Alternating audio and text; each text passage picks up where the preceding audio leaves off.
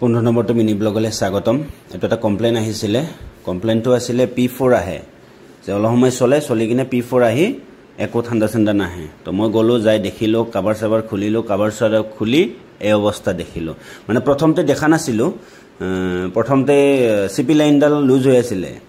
তাৰ পিছত ফেনখন চলিলে, কম্প্ৰেছৰটো জাস্ট চলিছে কিন্তু আকৌ নাই, কম্প্ৰেছৰ বহি গ'ল।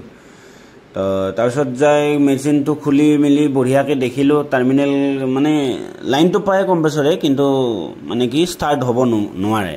তো ক'ৰ পৰা ষ্টাৰ্ট হ'ব এই অৱস্থা হৈ আছিলে।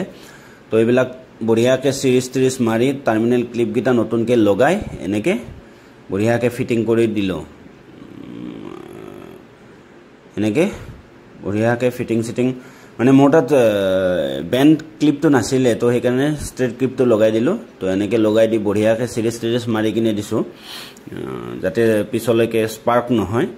তো সেইকাৰণে তো তাৰপিছত এইটো জেকটো কাৰ্বন হ'লেও মানে কমিউনিকেশ্যন ইৰৰ আহে। তো সেইকাৰণে জেকটো বঢ়িয়াকৈ চাফা কৰি এনেকৈ ফিটিং কৰি দিলোঁ বঢ়িয়াকৈ। তথাপি ফিটিং কৰাৰ আগত টেষ্টিং কৰি চাওঁ কম্প্ৰেছৰ চলিছে নে চলা নাই। তো এনেকৈ চলাই দিলোঁ, চলি গ'ল। ফেনো চলিছে, ফেন বাৰু আগতেও চলিছিলে কিন্তু কম্প্ৰেছৰটো চলা নাছিলে। তো ইয়াৰ মেইন উদ্দেশ্যটো হৈছে মেচিনটোত গেছ কম আছে। তো এনেকুৱা জেগাত লগাইছে মেচিনটো, না কেনেকৈ লগাইছে সিহে জানিব যোনে লগাইছে। তো মই ক'লোঁ পিছত যে মেচিনটো ক্লেম লগাই দিব লাগিব। এয়া এই মেচিনটো ডিচাৰ্জ লাইন আহিছে মানে 80 বেক প্ৰেছাৰ আছিলে। তো 410 গেছ হয়।